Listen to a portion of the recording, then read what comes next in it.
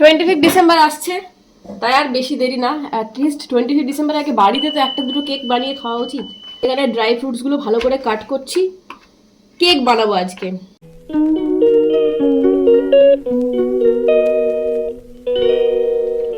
আমার বাবা এত ভালো কেক বানায় না, তো আমার বরাবরই ইচ্ছে যে বাবার মতো কেক বানাবো। 2-3বার ট্রাই করেছি, সেটা শুধুমাত্র মাইক্রো ওভেনের দোষে কিন্তু হয়নি। সিরিয়াসলি বলছি, মাইক্রো ওভেনে কেক আমার একদম ভালো হয় না।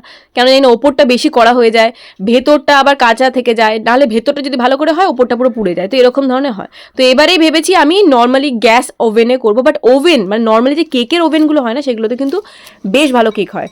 তো দেখুন এখানে আমি ড্রাই ফ্রুটস নিয়ে নিয়েছি। আচ্ছা, এইগুলো হয় মানে ড্রাই ফ্রুটসগুলো হয় অ্যালকোহলে, না হলে যারা অ্যালকোহল খায় না তাদের জন্য অরেঞ্জ জুসে ডুবিয়ে রাখতে হয়। তো আমি এখানে অরেঞ্জ জুস নিয়ে এসেছি রিয়েলমি এর। এই মধ্যেই এই ড্রাই ফ্রুটসগুলো মোটামুটি 2 থেকে 3 ঘন্টা বা 7 ঘন্টা 8 ঘন্টা রাখতে পারেন। সফট হবে আর ড্রাই ফ্রুটসগুলো খেতেও খুব টেস্টি হবে। যতটা পরিমাণ ড্রাই ফ্রুটস দেখবেন যেন অরেঞ্জ জুসে ভিজে যায় ড্রাই ফ্রুটসগুলো। কাজু, আমন্ড, টুটি ফ্রুটি, মোরব্বা সব কিছু আমি অরেঞ্জ জুসে মিশিয়ে রেখে দিয়েছি, মোটামুটি 6-7 ঘন্টা রাখবো।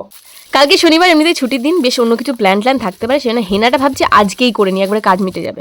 এমনিতেই হেনা করে রোদে থাকতে পারলে যে কালারটা ভালো আসবে, তো এমনিতে শীতকাল আরামসে বসতে পারবো, গরমকালে তো বসা যায় না, চাঁদি ফেটে যাবে পুরো একদম। যারা কালার হেনা করে তাদের ক্ষেত্রে ব্যাপারটা আলাদা, বাট আমি পুরোপুরি ন্যাচারাল হেনা করি, সেজন্য কালারটা কিন্তু খুব ইম্পর্টেন্ট। আলু বলেছি, ময়দার সাথে সব ঢেলেছি, ময়দা আটা। আমার কেকে ময়দা কদিন যাবে? এটা এই ঠিক আছে, অনেক আছে, 10-12 দিন তো যাবেই। হ্যাঁ, 5-6 দিন আগে নিয়ে আসবে। পেঁপেটা এই কৃষ্ণ ওই তো ওই বাড়িতে কইতেছে, তাই অনেক কি করে রাঁধবে এটা? এটা আলু দিয়ে তরকারি করব, জিরে দিয়ে, তাই তো, জিরে ফোড়ন দিয়ে, শুকনো লঙ্কা দিয়ে, শুকনো লঙ্কা দিয়ে, একটু আদা বাটা দিয়ে করবে। এইটাই অনেক, ঠিকই বলেছে, আমি একা মাথায় লাগিয়েছি হেনা। এখন রুকসানার বাড়িতে এসেছে মধু, তো মধুর কাছে দেখি যদি পেডিকিউরটা করিয়ে নিতে পারি, কারণ মিঠুদি যখন আসে তখন মিঠুদিকে সব একসাথে করানো যায় না, খুব টাইম মানে বেশি টাইম লেগে যায়। আমি ওই দিনের মাথায় টুকটাক করে টাইম দিতে পারবো, মানে 1 ঘন্টা দিতে পারবো, তারপরে আমাকে আবার ব্রেক দিতে হবে, খেতে দিতে আবার 1 ঘন্টা দিতে হবে, এরকম করে। তো সেই জন্য ভাবছি মধুর কাছে পেডিকিউরটা করিয়ে নেবো, দেখি আমাকে একটু নীল করে দেবো তো। 25 ডিসেম্বরে দেখো, 25 ডিসেম্বরে আমার মাথার এখানটা গেরুয়া, এখানটা সবুজ। এখানে গোলা আছে আরো 2টো বাটি হেনা, সোমার 2 মেয়ের জন্য, ডায়না আর দর্শনা। তুমি কখন হেনা করো না?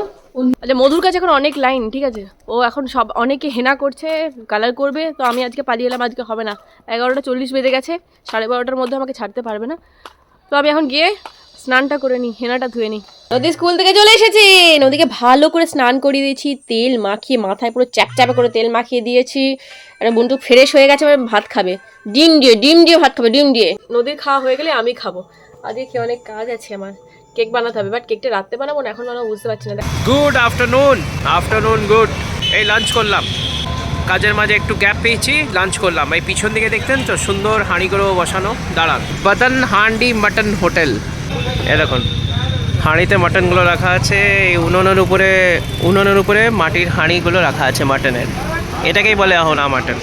পাটনার এই মাংসটা প্রচণ্ড বেশি ফেমাস আমি বলবো, বাট এটা আমি বাড়িতে একদিন ট্রাই করেছিলাম। আমি রেসিপিটা হয়তো খুঁজে পাবো না কোথায় আছে, বাট আপনারা ট্রাই করতে পারেন, চম্পারন মিট দারুণ লাগে খেতে। আজকে লাঞ্চ পুরো সিম্পল, ডাল ছিল, ডাল আমি নিন, এখানে মেথি শাক হয়েছে, আর এখানে ডিমের কারি, ব্যাস। দুপুরে খাওয়া দাওয়া বেশ ভালোই হলো, ডিমের কারিটা বেশ সুন্দর হয়েছিল, শুকনো করে ঘি দিয়ে মাখলাম আর খেলাম, ঠিক আছে। আর এরপরে যেহেতু কেকটা বানাবো একটু করে জোগাড় করে রেখে দেবো, এখন তো নদীকে ঘুম পাড়াতে হবে, অ্যাটলিস্ট বাটার পেপারটা কেটে রেখে যায়, তখন তাড়াহুড়োর মধ্যে আবার বাটার পেপার কাটার, হ্যাঁ যেটাতে আমি কেক বানাবো সেটার মাপেই বাটার পেপারটা আমি কেটে নেবো। কেক বানাতে গেলে বেশি ইনগ্রিডিয়েন্ট লাগে না, খুব সিম্পল ওয়েতে বানানো যায় ঠিকই, বাট এর প্রসেসটা এতটা বেশি লেন্দি আর এতটা বেশি টাইম টেকিং না, কি বলবো। এই যে ধরুন বাটার পেপারটা কাটছি, কাটার আর শেষ হয় না, মানে হরির মা করে কাজটা হয়ে যাবে, কিন্তু পারফেক্টলি করতে গেলে না একটু টাইম লাগে। দেখুন আমি সুন্দর করে সাইডগুলো কেটে নিয়েছি, এরপর গোল করে কেটে নিয়ে একদম মাপে কেটে নেবো, একটা বড় কাটবো একটা ছোট কাটবো, 2টো কেক বানাবো। ওকে, হয়ে গেছে সুন্দর করে বাটার পেপারটা কাটা। এটা এখনো শোকায়নি, এটা ভালো করে ধুয়েছি তো কেকের টিনটা, এটা একটু শুকিয়ে যাক তারপর এটা দেবো। নদীকে ঘুম পাড়িয়ে দেখি আমার ভিডিও এডিট করবো কয়েকটা, আর কেকটাও বানাতে দিয়ে দেবো। নদী ঘুম থেকে উঠে গরম কেক খাবে। নদী আজকে স্কুল থেকে এসে জেনারেলি ও মানে 6টা 6:30 পর্যন্ত ঘুমোয়, বাট আজকে খুব তাড়াতাড়ি উঠে পড়েছে ঘুম থেকে। আমি চল পার্কে ঘুরিয়ে নিয়ে আসি ওকে। শুক্রবার দিন বিকেলটা এলে এই বাচ্চাদের কতটা আনন্দ হয় জানি না, মায়েদের কিন্তু ভীষণ আনন্দ হয়। নদী স্লিপে দুলছে আর আমি ডুমুর পাড়ছি বসে বসে।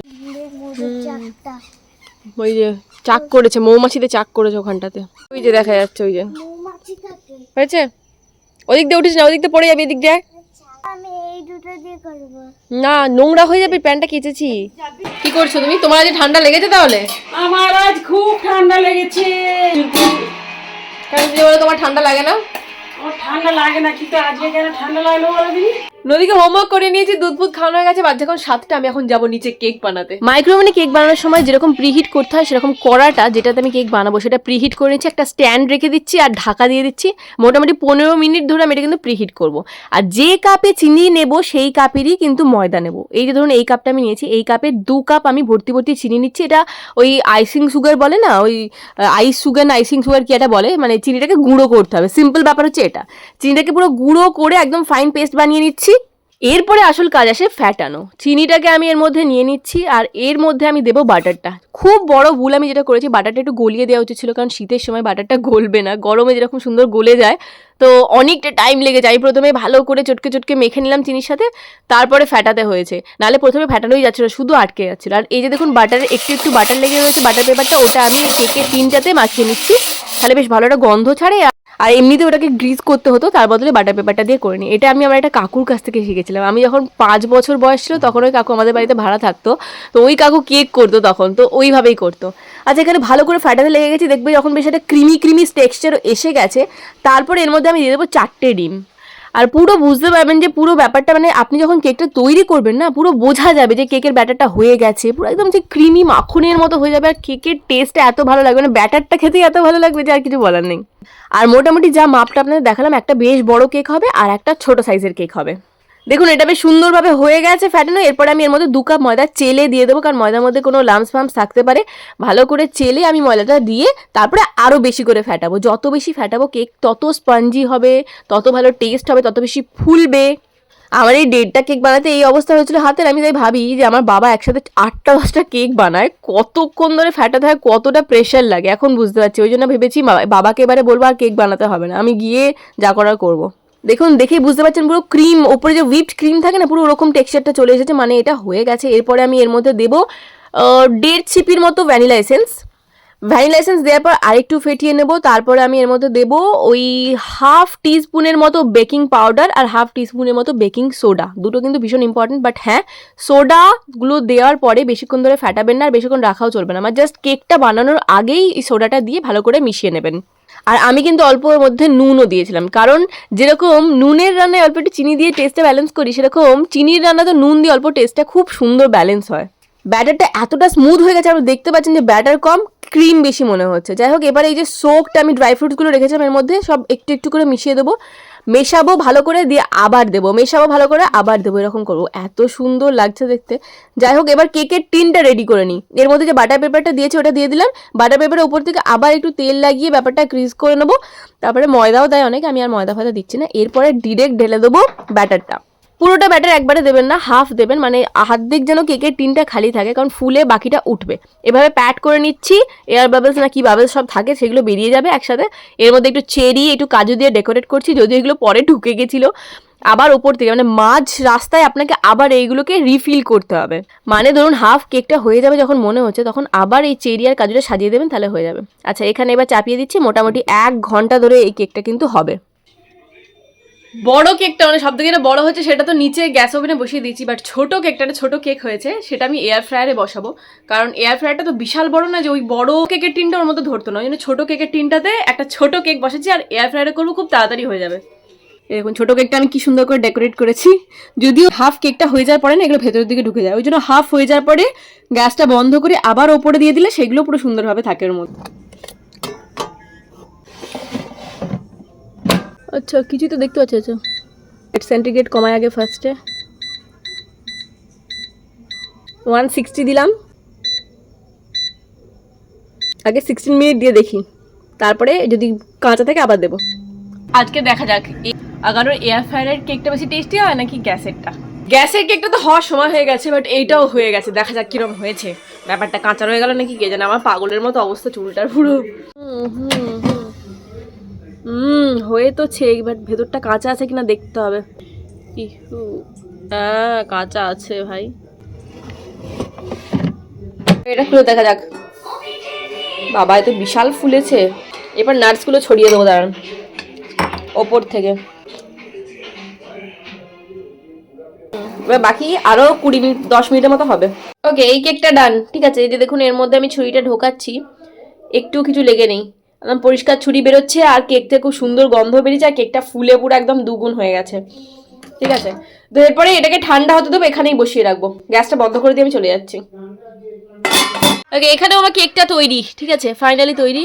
নরম একটু একটু ছিল, বাট একটু কড়া করেই করতে হলো, এটাতে কেন জানি না এই প্রবলেমটা হলো, ড্রাই ফ্রুটসগুলো একটু পুড়ে পুড়ে গেছে। Good evening. আজকে 3 নম্বর দিন পাটনায়, আর আজকে লাস্ট ডে। চলে এসছে রুমটা ছাড়ার, সকাল থেকে কাজ শেষ, এখন স্টেশনের জন্য রওনা দিচ্ছি। ট্রেন আছে 9টায়। অনেক হয়ে গেছে পাটনা, আর ভালো লাগছে না, এরপরে যাই কলকাতা। Tata Domino's pizza.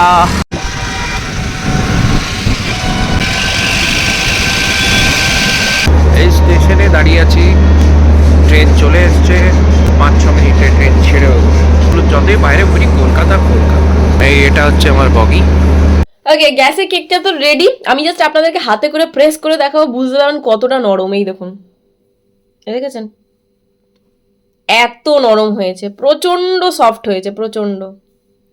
কাটবো, কেটে পিস পিস করে রাখবো। আগে তো শনিবার মিস্টার মুখার্জি এসে খেতে পারবে না, তো সেই জন্য আমি রেখে দেবো, ও রবিবার দিন সকালে খাবে। মা দেখো কি সুন্দর কেকটা বেরিয়েছে।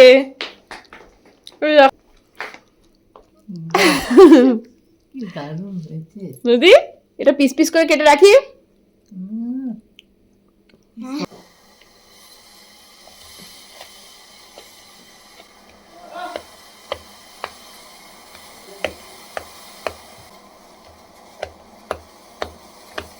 তুমি রুটি পরে খাবে, আগে আমার কেকটা একটা কামড় দিয়ে দেখো কেমন হয়েছে।